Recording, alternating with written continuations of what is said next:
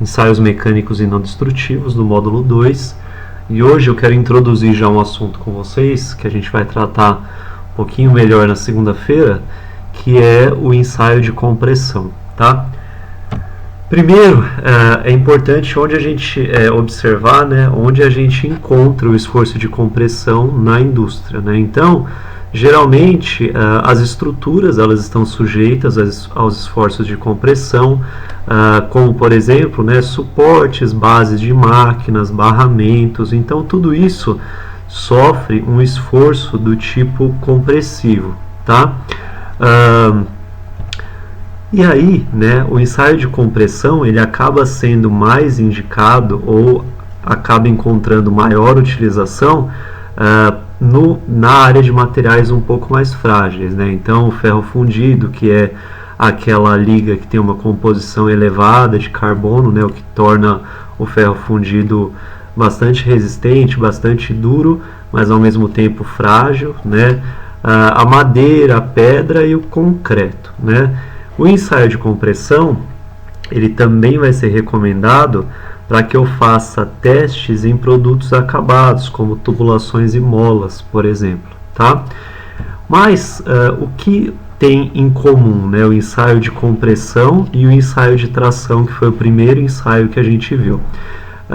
Primeiro, né, a direção ali em que a força ela é aplicada é a mesma, né? Então, a principal diferença entre o ensaio de tração e o ensaio de compressão é que no ensaio de tração eu vou alongar o material, né? Eu vou aumentar o comprimento dele à medida que a área de seção transversal ela vai diminuindo até a ruptura do material, e no ensaio de compressão o esforço ele é no sentido oposto, então ele quer encurtar esse comprimento do material, né? Então eu vou diminuir o comprimento, e à medida que o comprimento for diminuindo, a área de seção transversal ela vai aumentando, tá?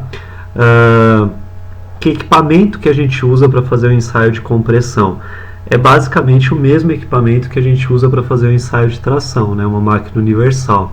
Então, ó, lembre-se, na parte de cima aqui, onde eu tenho as garras, né, ou as pinças ali, para fixar o meu corpo de prova durante o ensaio de tração, na parte de baixo aqui eu tenho duas placas, ó, uma placa superior e uma placa inferior, que é o que vai apoiar, né, porque eu não vou prender o meu corpo de prova.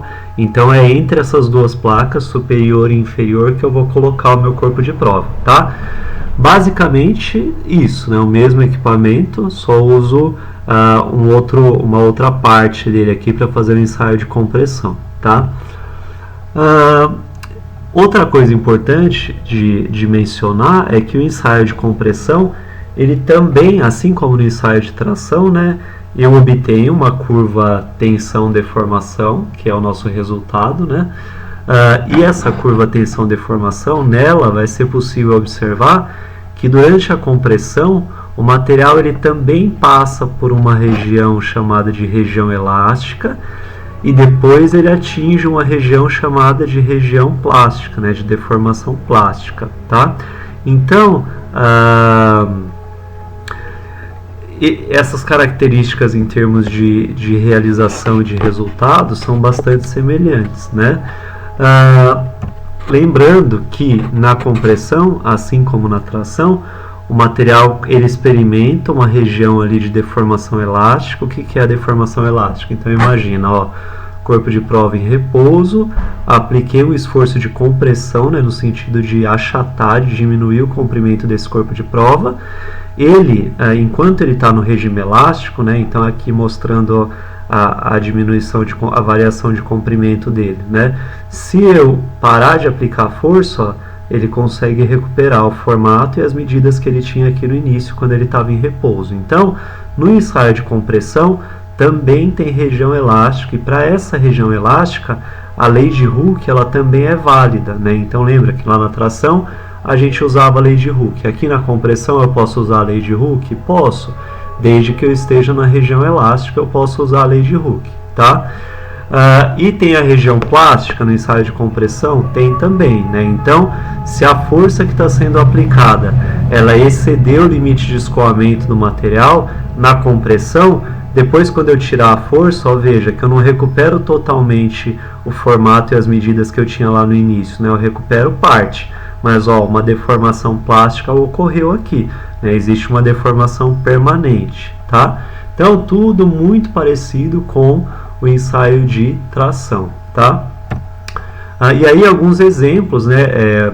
Produtos da indústria de construção civil são bastante ensaiados por compressão, né? Então, tijolos, né, blocos, tubulações, tarugos, né, tudo isso é constantemente ensaiado por compressão, tá? Quais as fórmulas que a gente vai usar para o ensaio de compressão? Então, ó, tensão continua sendo força sobre área, né? E aí as unidades de força Newton de área, se tiver em centímetros quadrados, se tiver em metros quadrados a área, Newton por metro quadrado, Pascal. Se eu tiver a área em milímetro quadrado, Newton por milímetro quadrado fica megapascal, né? Então, a forma de calcular a tensão é a mesma, se mantém. A lei de Hooke, embora não tenha colocado aqui no slide, continua sendo a mesma também, válida na região elástica. Então, tensão é igual módulo de elasticidade vezes a deformação. Deformação, como que eu vou calcular? Mais uma vez, ó, é a variação do comprimento sobre o comprimento inicial. Só que aqui, ó, eu preciso até corrigir no slide, comprimento inicial, né, que é o comprimento maior, menos o comprimento final, se eu quiser obter um resultado positivo no final das contas, né? Se eu usar a fórmula desse jeito aqui, tem problema? Na verdade não, porque eu vou obter um resultado negativo, né? Então o negativo até vai indicar para mim que trata-se de uma redução de comprimento. Então uma deformação negativa vai indicar para mim que é uma redução de comprimento, então eu já sei que é um ensaio de compressão, tá? E esse ensaio tem algumas limitações, né? Tem algumas dificuldades aí. Primeiro é a questão do atrito entre o material, entre o meu corpo de prova e as placas, né? As placas superior e inferior. Veja aqui, né? O que a gente tem. Um prato de aço, né? E esse prato geralmente ele recebe uma proteção aqui, ou um revestimentozinho, um disco, né, posterior a ele, um disco de neoprene, que é um polímero, né, um plástico, e aí eu tenho então o corpo de prova, né? Esse corpo de prova ele vai ter contato direto com o disco de neoprene, tá? E aí quando eu começo a comprimir o meu material, ou seja, quando eu começo a realizar o ensaio, esse material, para que o comprimento dele diminua, ele vai ter que escoar para os lados, né? Porque a área dele vai aumentar ao passo que o comprimento dele diminuir. Então, o atrito existente entre a plaquinha aqui, né, do equipamento e a superfície do material pode interromper um pouco, pode dificultar um pouco esse escoamento do material para as laterais, né, para que o ensaio possa ter continuidade. Então, é bastante comum que aqui, ó, entre o corpo de prova e a plaquinha aqui do equipamento, a gente coloque alguma coisa aí que facilite o escoamento, né, que diminua o atrito. Por exemplo, posso colocar parafina, teflon, posso mesmo usar uma camada de óleo lá para diminuir esse atrito, né? Então, essa é uma limitação, a gente tem que ficar atento a isso, tá? Outra limitação é se o meu corpo de prova ele tiver um comprimento muito grande em relação ao diâmetro dele ou à área de seção transversal dele. O que pode acontecer? Pode acontecer uma flambagem, né? Então, eu começo a comprimir e dá aquela envergada lá no material, né? Isso é ruim, né? Isso não é interessante. Então, para resolver isso ou para tentar minimizar a possibilidade de que isso aconteça, a gente pode, usar uma relaçãozinha aí entre o diâmetro ou a área de seção transversal do material e o comprimento dele, né? Então, o comprimento do corpo de prova ele deve ter, por exemplo, né, quando a gente fala de diâmetro, de 3 a 8 vezes o valor do seu diâmetro no máximo, tá? Se o material ele for muito dúctil, né, essa relação pode ser de 1 para 1, né? Então, 1 para 1 significa o quê? Diâmetro e comprimento iguais, né? Para diminuir a possibilidade de flambagem, tá? Outro cuidado que a gente tem que tomar é que as duas plaquinhas elas têm que estar paralelas, né? E eu tenho que centralizar o meu corpo de prova, né, nas plaquinhas. Então, não posso colocar lá de qualquer jeito, né? Eu preciso tornar este ensaio o mais preciso possível. Então, tem alguns cuidados que eu posso tomar para maximizar o sucesso e a precisão do meu ensaio, tá? Mas eu não posso usar o ensaio de compressão para materiais dúcteis, porque você falou lá no começo que é mais utilizado para materiais frágeis.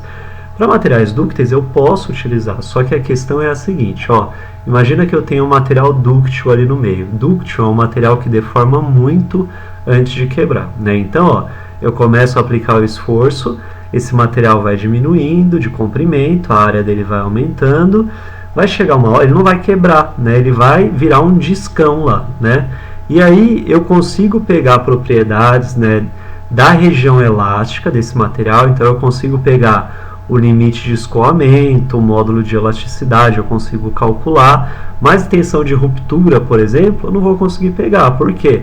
É uma situação, a ruptura é quando o material quebra, e o material muito dúctil na compressão ele não vai quebrar, né? Então é mais uma limitação, é mais uma dificuldade, é uma dificuldade para ensaiar um material dúctil, né? E nos materiais frágeis, né? Os materiais frágeis eles têm uma região elástica muito pequena, né? Então eu vou conseguir pegar propriedades mais da região plástica, né? Então tensão limite de resistência, tensão de fratura, né? Eu vou conseguir pegar essas características da região plástica quando eu estiver ensaiando um material frágil, tá? Então, quando a gente fala de produtos acabados, né, a gente tem um ensaio de achatamento de tubos, então eu vou colocar esse tubo lá no equipamento, vou aplicar os esforços de compressão, e aí ele vai ficar meio oval ali, né? O que eu quero ver? Se vai aparecer alguma trinca aqui ao longo desse material, né? O surgimento da trinca indica ali a máxima tensão de compressão que esse material pode receber, né? É bastante usado em solda também, né? Eu comprimia o corpo de prova soldado para ver se aparece alguma trinca, né? Trinca em solda é um grande problema, né? Um problema estrutural aí. Em mola, né? Em mola eu também consigo fazer o ensaio de compressão. Na verdade, o ensaio de compressão ele é bastante utilizado para determinar a constante elástica da mola, né? Então tem a formulazinha lá, F é igual a K vezes X. F é a força, K é a constante elástica da mola e X é a variação de comprimento dessa mola aí, tá? Então é bastante utilizado no ensaio de mola, que também é um produto acabado, para determinar a constante elástica da mola, tá? Aí uma imagem, né, tentando mostrar um pouco disso, a minha mola lá, vou fazer um ensaio de compressão para verificar a constante elástica dela, tá? Bom, pessoal, a ideia era fazer a introdução já desse assunto, já que essa semana a gente não teve aula síncrona, né? E aí na segunda-feira a gente vai retomar, mas para que vocês já vejam do que se trata, tá? Na segunda-feira a gente vai retomar e fazer alguns exercícios. Muito obrigado.